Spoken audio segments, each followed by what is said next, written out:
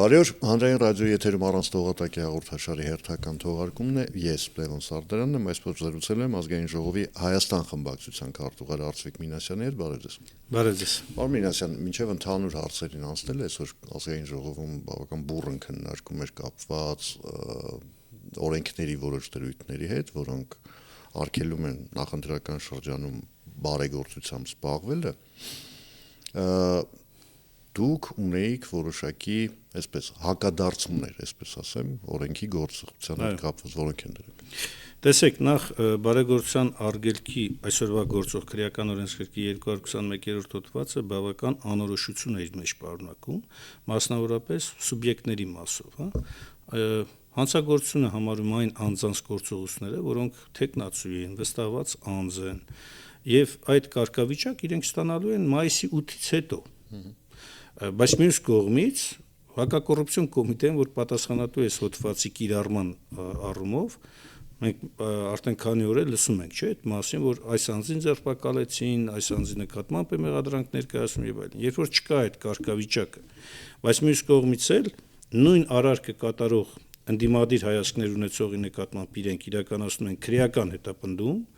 իսկ իշխանական ներկայացուցիչների կողմից իրականացվածի մասով փորձում են գտնել արդարացում, որպեսզի չներկայացնեն այդ մեղադրանքը։ Բայց մյուս խնդիրն էլ վերաբերում է կենտրոնական ընտրական հանձնաժողովին, որտեղ մենք ունենք նաև ընտրական օրենսգրքում համանման սահմանափակում, եւ այդ սահմանափակումը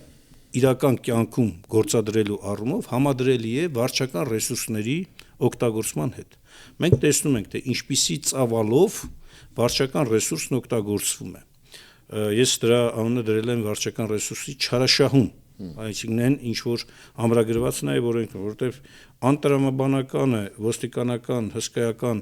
գվարդիայի ավտոբուսներով ուղեկցել թեկուզ նաև կառավարության ղեկավարին կամ կառավարության անդամներին, որովհետև հատուկ պետական պահպանության ծառայության օրենքը ասում է, թե կոնկրետ ինչ ծավալի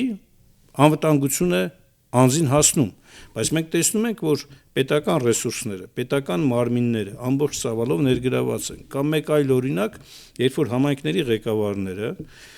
ըստ եւ դրա մասին եմ ասել ես կենտրոնական ընտրական հանձնաժողովի նախագահին, երբ որ համայնքի ղեկավարները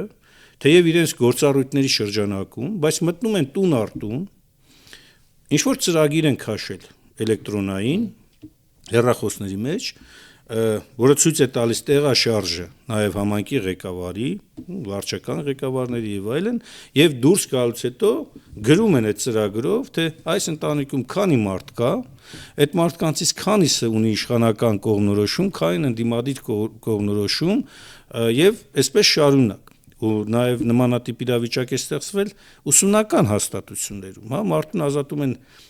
տնօրենի պաշտոնից այն պատճառով, որ հակաիշխանական հայացքներ ունի, թեև ինքը չի արտահայտել դա, չգիտեմ, քարոզչական եղանակներով եւ այլն։ Կոնկրետ օրինակ կա։ Այո, Արմավիրի դպրոցի օրինակը, որը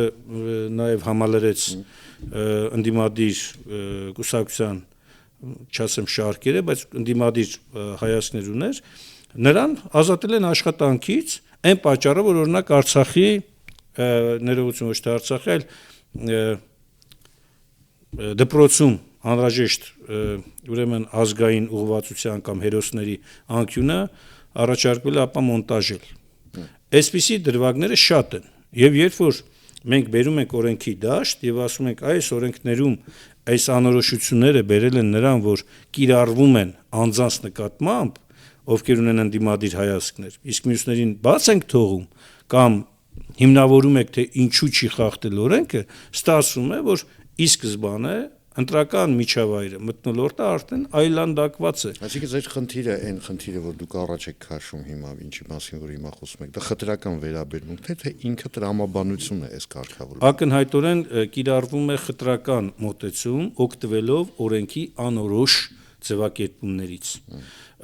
կամ բավական որոշակիություն չունեցող ձևակերպումներից, ես բերեցի այդ օրինակները։ Եվ ինչ եմ ես առաջարկել։ Ես առաջարկել եմ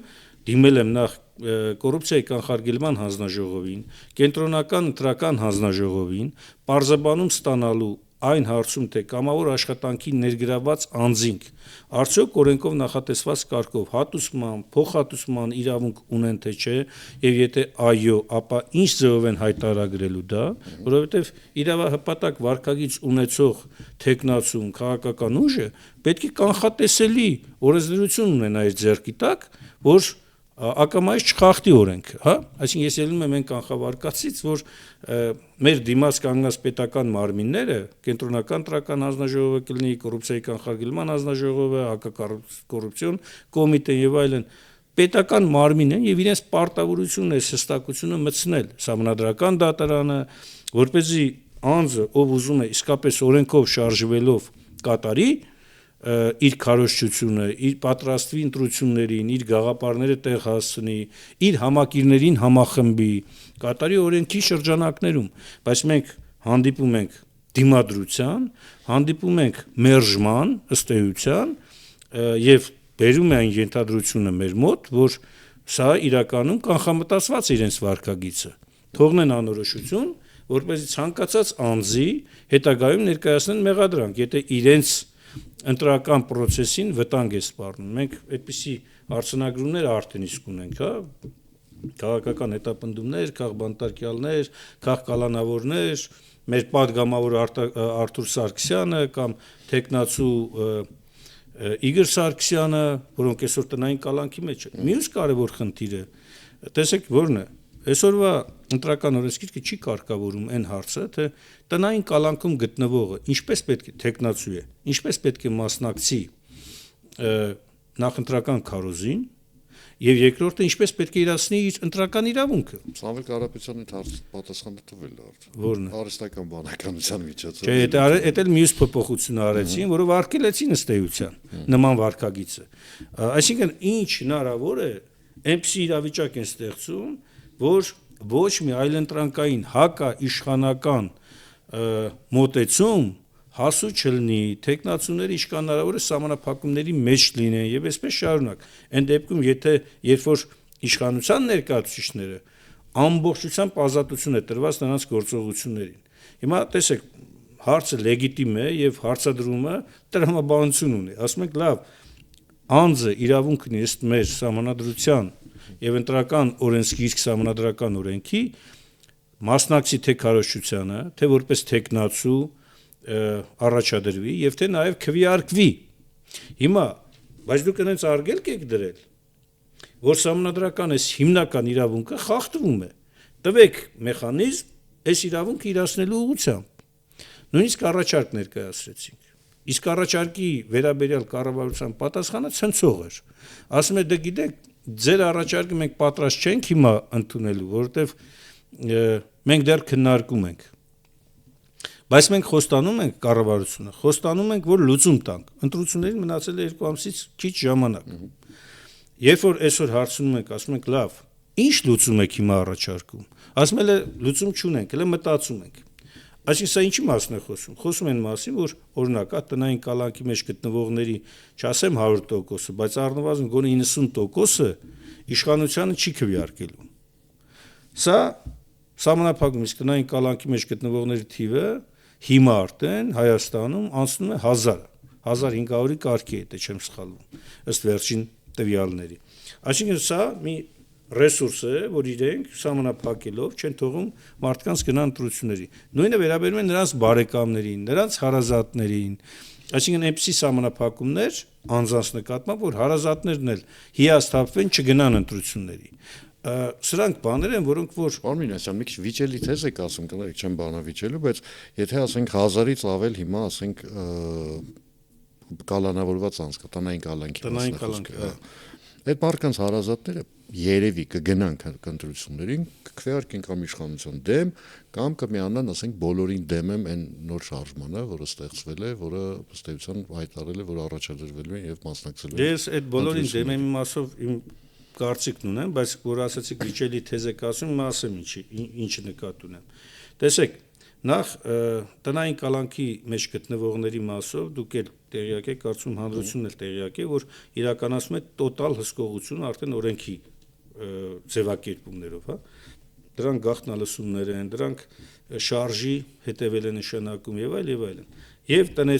տանեցիները այս մարդկանց,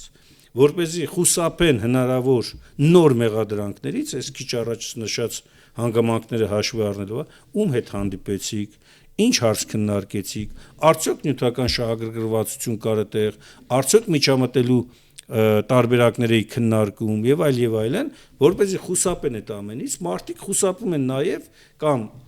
գցում են այսպես կոչված անտարբերության ռեժիմ ընտրությունների նկատմամբ։ Ես այս նկատի ունեմ։ Չեմ ասում բոլոր դեպքերում է այդպես, բայց ճնշող մեծամասնությամբ այսպիսի հիմքեր են ստեղծում։ Եվ սա շատ վատ է նախ եւ առաջ Հայաստանի հեղինակության տեսակետից։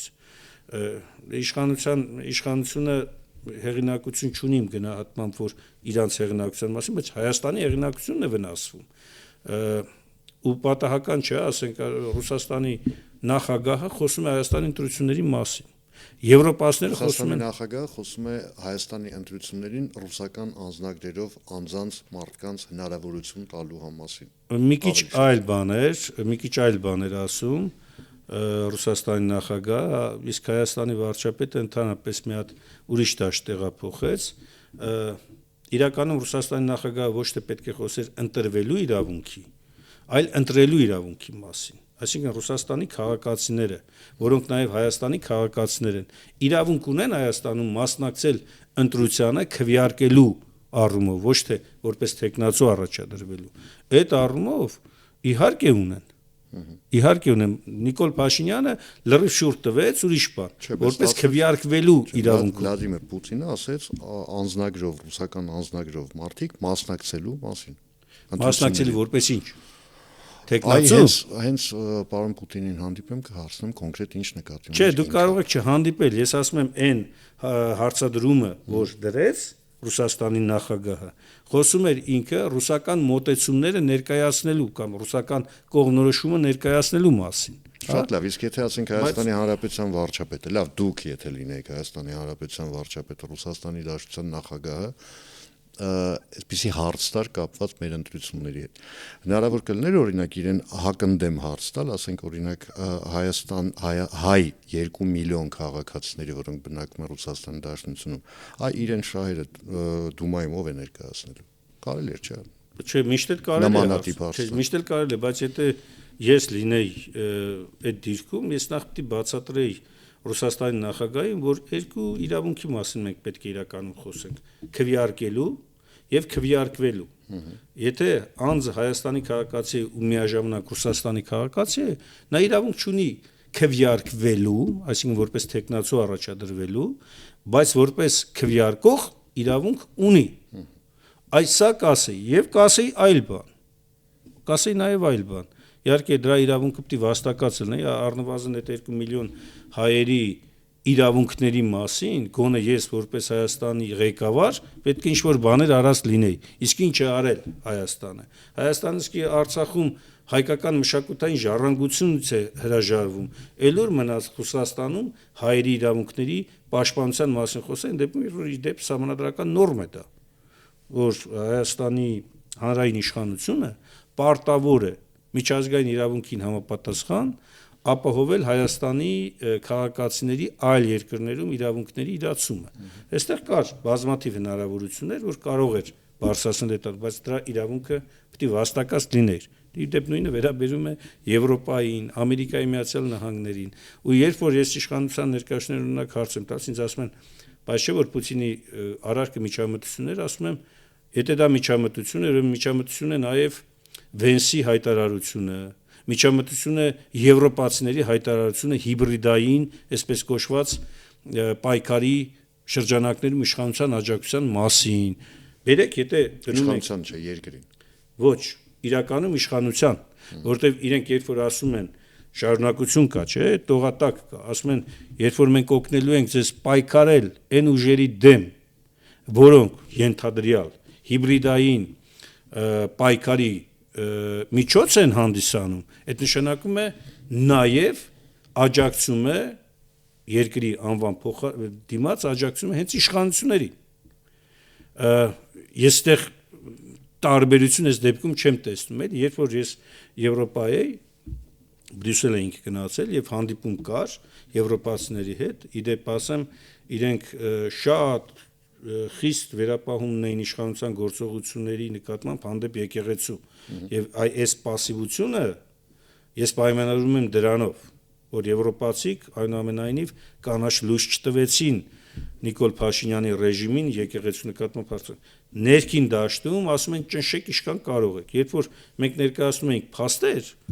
քրեական ապօրինի հետապնդումների, քաղաքական հայացքներով հետապնդումների մասին, իրենք ասում են դե մեր դիտորդները կգան այդտեղ, խնդրում ենք իրենց ասեք, դիտորդներն եկան, ասեցինք, գնացել են, մինչև այսօր քար լռություն է, չկա արձագանք, փոխարենը կա մայիսի 5-ին, եթե ես չեմ սխալվում, եվրոպական քաղաքական ղեկավարների հանդիպում, այսպես կոչված, եւ ես վստահ եմ, որ ընդդիմադիր դաշտի այդ մասում պետք է ներկայացնի նույն եվրոպացիներին Հայաստանում ստեղծված իրական վիճակը, պարզապես այս մարդկանց մի մասը եվրոպացիների տեղեկություն չունի, մի մասը ունի շատ լավ էլ, բայց գտնվում է այլ ազդեցության գոտում, մի այլ մաս էլ պարզապես անտարբեր է Հայաստանի հարցով։ Պարոն Մինասյան, ուղղակի այսպես հպանցիկ հարց մի հատ, եթե թույլ տաք, որտեղ ժամանակին երբ դուք իշխանությանն եք, չեմ ասում անձամբ դուք, քաղաքական են ուժը կամ ուժերը, որոնց անունից հիմա դուք խոսում եք, նմանատիպ իրավիճակներում ասում եք այդ Հայաստանի վրա դրսից տղա բերելը։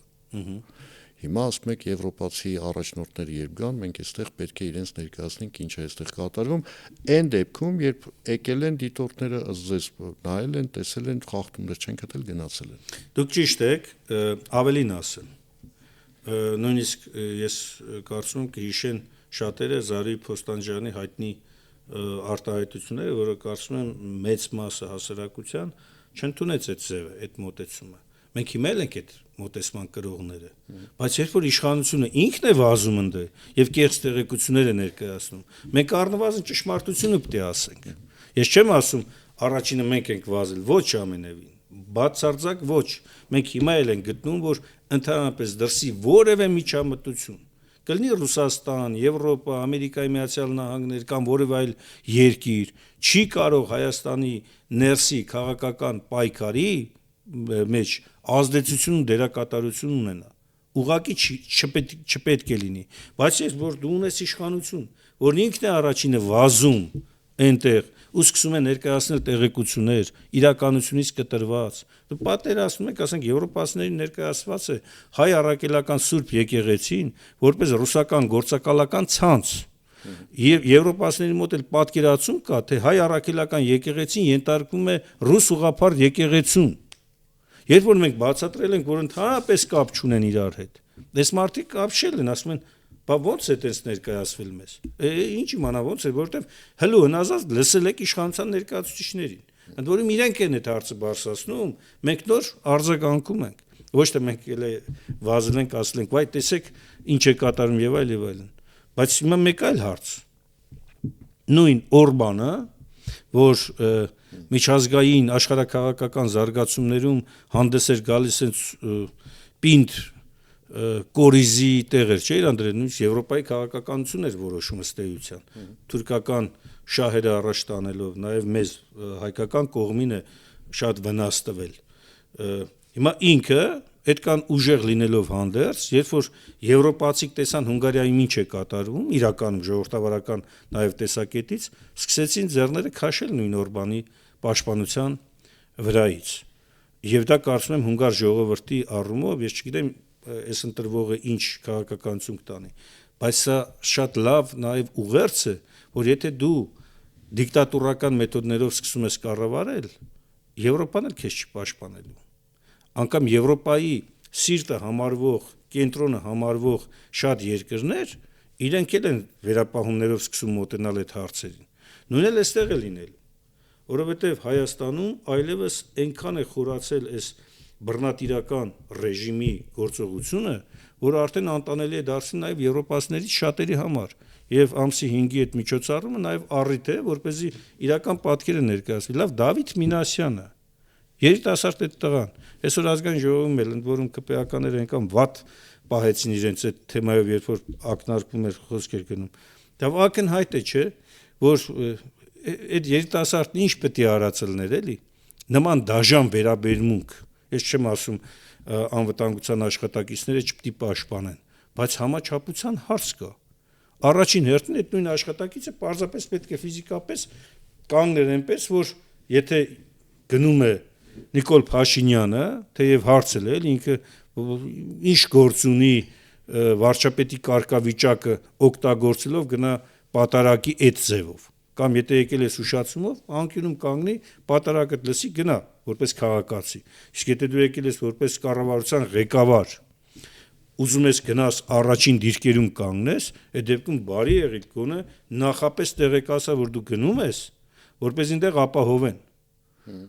այս առումով էլ մենք շատ լուրջ խնդիր ունենք շատ լուրջ տեսնում եք դուք փողոցներով երբ որ ասում են Նիկոլ Փաշինյան ինչ է կատարվում էլ չասած այն դժբախտ զոհերը որ մենք ունեցել ենք թե հղի կնոջ թե գվարդիայի ավտոբուսի վթարը եւ զոհը այս ամենը խոսում են մասին որ մենք գործ ունենք բայց ավտոբուսի դեպքում ներողություն այնտեղ ոնց որ դիմացի մեքենան դուրս էր եկել հանդիպակաց այսինքն այնտեղ կարող է ենթադրվում էր որ այդպիսի մեկնաբանություն էլ տրվելու է ասենք նկարից երևում է ով որտեղ է եղել լավ չէ իհարկե վթարից փորձակնություն եթե օբյեկտիվ փորձակնություն պետք է լինի որ նոր բայց ուրիշ հարց եմ ես տալիս այդ ավտոբուսը գվարդիան ինչի էր գնում Ես հարցրել եմ, գիտեք, առիթներ եղել է, ասում եմ, ինչու են, ասենք, վարչապետի դեպքում նման անվտանգության միջոցառումներ ձեռնարկվում, ինձ անընդհատ ու պարբերաբար հիշեցրել են 2020 թվականի նոյեմբերի 9-ի լույս 10-ի իրադարձությունները։ Որտեղ այդպես էլ պարզ չեղավ, թե ովքեր են, չէ՞։ Եվ անդադար թիրախները ովքեր էին։ Բայց տեսեք, մինչ այդ քաղաքական խոսույթի մեջ անդադ վկայակոչվում էր դաշնակցությունը։ Մեր ընկերներին ոչ մի մեղադրյալ նույնիսկ կասկածյալ, որը հիմնավոր կասկածի մեջ, հա, չի եղել։ Իրենց իսկ իրավապահ մարմինների, իրենց իսկ քննչական մարմինների, իրենց իսկ դատական իշխանության պայմաններում։ Հանուն արդարության ասենք գվարդիան հայեղափոխական դաշնակցությունից չի պաշտպանում վարչապետին կամ չէ, իրենք ասում են նոյեմբերի 9 լույս 10-ի գիշերը այդ իրադարձությունը մեղադրում էին ընդդիմադիր դաշտի ներկայացուցիչներին, երբ որ ասում ենք լավ, ցույց տվեք մեկի։ Իշխանամետներ էին։ Գիտեք ովքեր էին, եւ ես դա ասել եմ նաեւ Արարատ Միրզոյանին էլ։ Փնտրեք ձեր մեջ։ Ովքեր են այդ մարդիկ։ Կամ են երիտասարդը, որ նստել էր ազգային ժողովի ամբիոնում աթոռին, մի քանի օրից որ մահացած գտան Կիևյան մոստի տակ։ Հետաքննությունը այդպես էլ բան չպարզեց։ Ով էր այդ երիտասարդը։ Ընդհանրապես ով էր Արարատ Միրզոյանի նկատմամբ մահափորձի հեղինակը, կազմակերպիչը։ Ես գրեթե համոզված եմ, որ իրենց մեջ է դա։ Իրենք են։ Զոհեր պետք ներկայացնել, որպեսզի ճնշումները ուժեղացվեն։ Հա, ընտրեցին մեկին։ Հիմա իմ ասածը ես ենթադրության մակարդակով եմ ասում, ոչ թե հաստատական պնդում եմ կատարում, բայց եթե այս հատվածում չկան այդ մարտիկ, իրենց իսկ կողմից իրականացված քննչական գործողություններ եւ այլնի արդյունքում, ինչու են շարունակում դա որպես հիմք ընդունելով նման աննորմալ միջոցառումներ անում եւ հանրային ռեսուրսը երիք չէ վատնվում է ֆինանսական, կազմակերպական եւ այլն, այսինքն ոստիկանությունը շատ ավելի մեծ անելիք ունի։ Ամեն օր մենք մահվան դեպքեր ու բաներ ենք լսում, ել չասած զենքով իրար վրա կրակելը։ Ոստիկանությունը անելիք ունի։ Ոստիկանությունը անելիք ունի թմրանյութերի դեմ պայքարի ուղղությամբ, ոստիկանությունը անելիք ունի գողությունների դեմ պայքարի ուղղությամբ։ Ոչ թե ամբողջ մի կառավարական ուրախ ավտոբուս ուղեկցելու, հələ մի հատ էլ այդպիսի իրավիճակներում հայտնվելու համար։ Պարոն Մինասյան, քանի որ խոսակցությունը սկսվեց ըստ էության պայմանական ասած նախընտրական զարգացումներից, վերջերս հայտարարվեց, որ ստեղծում է կամ վերստեղծվում է Հայաստան դաշինքը, որը մասնակցելու է ընտրություններին, որը առաջնորդելու է Ռոբերտ Քոչարյանը եւ որին միացավ Հայեղափոխական դաշնակցությունը։ Այստեղ մի երկու հարց կա դրա հետ կապված։ Տեսեք, 2000 ինչի համար են մեղադրում մասնավորապես Ռոբերտ Քոչարյանին ընդդիմության ներկայացուցիչները նկատի ունեմ։ 2021 թվականին պարոն Քոչարյանի գլխավորությամբ կրելու եք, քոքից մաշեցնելու եք, փողոցային պայքարի արդյունքում իշխանությանից հեռացնելու եք Նիկոլ Փաշինյանին եւ նրա համախոհների, նման բան տեղի չունեցավ։ Հիմա նորից նույն նավն է, նույն նավավարն է, երկրորդ անգամ Հայ հեղափոխական դաշնակցությունը ինչու է մտնում նույն մակույկի մեջ։ Շնորհակալ եմ այս հարցի համար, որովհետև իսկապես պարզաբանման ենթակա բան կա։ Նախ արձանագրեմ, որ Հայաստան դաշինքը այն միակ նախընտրական դաշինքն է եղել, որ նաև հետընտրական շրջափուլում էլ պահպանել է իր կառուցվածքի, իր կազմը, թեև վերածնվող Հայաստանը դուրս եկավ դաշինքից։ Բայց սա դրական ձեռքբերում են առումով, որ մշակույթ է ձևավորում նաև քաղաքական առումով, այսինքն եթե դու մտել ես նախընտրական շրջափուլում, ուրեմն պատասխանատվություն ստանձնի նաև հետընտրական հատվածում, ինչը մենք արել ենք։ Արդյոք 21 թվականին մենք ակնկալում ենք ընդդիմադիր կարգավիճակ։ Ոչ։ Մենք ընտրություններին գնում էինք հաղթելու տրամադրությամբ, հաղթելու վճռականությամբ եւ մեր նախընտրական խոստումները հիմնված են հենց հաղթողի մոտեցումով։ Մենք ստացանք ավելի քիչ ձայն, քան անհրաժեշտ էր իշխանություն ձևավորելու։ Որպես ընդդիմություն փորձել ենք այդ ընթացքում անել մեր ուժերի նույնիսկ առավելագույնը, հա։ Բոլոր տարիներին դիմադրությունը չի պակասել։ Փողոցային պայքար կլինի, պարլամենտում պայքարը կլինի, միջազգային հարթությունում հայկական շահերը առաջ մղելու պայքարը կլինի եւ այլն։ Մեզ չի հաջողվել իշխանությանը հեռացնել, որովհետեւ իշխանության վարքագիծը ոչ միայն ժողովրդավարությունից հեռու էր, նաեւ Հայաստանը ըստ էության հանձնելու վարքագիծ է եղել։ Այսինքն մեր մտքով անգամ չէր անցնի, որ մենք կարող ենք ունենալ երկրի ղեկավար, կառավարության ղեկավար, որը կարող է կանգնել ու Արցախը ճանաչել Ադրբեջանի կազմում, ադրբեջանական տարածք, ադրբեջանական ինքնիշխանության ներքո։ Մեր մտքով չէր անցնի, որ կառավարության ղեկավար կլինի ու կառավարություն կլինի, որը որ հայերի պաշտպանության մասին չխոսի, այլ լռի, ընդամենը ասի, որ եկեք ստե մենք ձեզ տեղ կտանք, տուն կտանք։ Այսինքն այնպիսի մի իշխանության հետ մենք գործ ունենք, որը ամենաայլանդակ մեթոդներն էր կիրառում։ Եվ եկե հանգել ենք այս իրավիճակին, երբ որ բացարձակ մենք չենք ասում, որ լիդերը մենք ենք եւ մեզ տվեք միայն։ Ոչ, գլխավոր խնդիրը հիմա դրված է հետեւյալը՝ մերժել այս իշխանությանը եւ ընդդիմադիր բևեռներին հորդորում ենք իրար նկատմամբ չպայքարել իրար դեմ։ Մեկ թիրախ կա եւ այդ թիրախը այսօրվա գործող իշխանությունն է, որը արդեն երկար ժամանակ է դադարել ընդհանրապես ժողովրդավարական որևէ նշույլ ցույց տալուց, երկրորդը ազգային պետության ինչքան հնարավոր է արժեքներ ստորադասել է եւ հիմա էլ խոսում է ապագայում ճակերտավոր խաղաղության գաղափարի մասին, բայց իրականում հպատակվելու, հանձնվելու եւ Հայաստանի ազգային էությունը վերափոխելու մասին։ Հիմա մենք դրա համար ընդդիմադիր դաշտում նույնիսկ այդքան քննադատություններին համապատասխանել չենք ասում, որ դուք մեր մրցակից եք, հարգելի ընդդիմադիր գործընկերներ։ Հակառակը մեր դիմաց կանգնած ուժը, իշխանությունը ինքն է դա ուզում, որպեսզի մենք իրար հետ ճշնամանանք, իրար հետ մրցակցենք, կռվենք, որպեսզի ինքը շարունակի հաղթել։ Եվ դրանով պայմանավորված է օրինակ նույն երկրորդ նախագահ Ռոբերտ Քոչարյանը հայտարարեց, որ պայմանավորված նրանից թե ընդդիմադիր դաշտի որ ուժը կունենա առաջնահերթություն, այսինքն ավելի շատ ձայներ կստանա, բնականաբար այդ ուժի ներկայացուցիչներ մենք պատրաստ կլինենք պաշտպանել որպես վարչապետի թեկնածու։ Այսինքն այս տեսակետից մենք անկեղծ ենք եղել։ Ինչ վերաբերում է դաշնակցության ներգրավվածությանը, գիտեք, բնական դաշնակցություն կա դաշնակցության եւ երկրորդ նախագահի միջեւ։ Ոչ միայն այն պատճառով, որ երկրորդ նախագահը ազգային ազատագրական պայքարի առաջամարտիկներից է եղել, նաև ունի պետական հսկայական կառավարման, պետության կառավարման փորձ, բազմաթիվ թերություններով, սխալներով հանդերձ, այսօր ես որպես Հայաստանի քաղաքացի համարում եմ, որ երկիրը այս վիճակից դուրս բերելու համար ազգային ուժերի կոնսոլիդացիան եւ մասնավորապես նույն երկրորդ նախագահի ղեկավարությամբ այս վիճակից դուրս գալը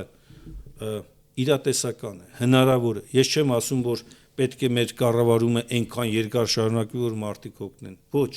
բայց այս վիճակից դուրս գալու Հայաստանի ու հայ ժողովրդի արժանապատվությունը վերականգնելու իրական հնարավորությունը սա է։ Շնորհակալություն զրույցի համար։ Հիշեցնեմ այսօր իմ զրուցակիցներ Ազգային ժողովի Հայաստան խմբակցության քարտուղար Արծվիկ Մինասյանը, ես Լևոն Սարդարյանն եմ, կհանդիպենք արդեն վաղը նույն ժամին, նույն վայրում։ Հաջողություն եւ համբերություն բոլորիս։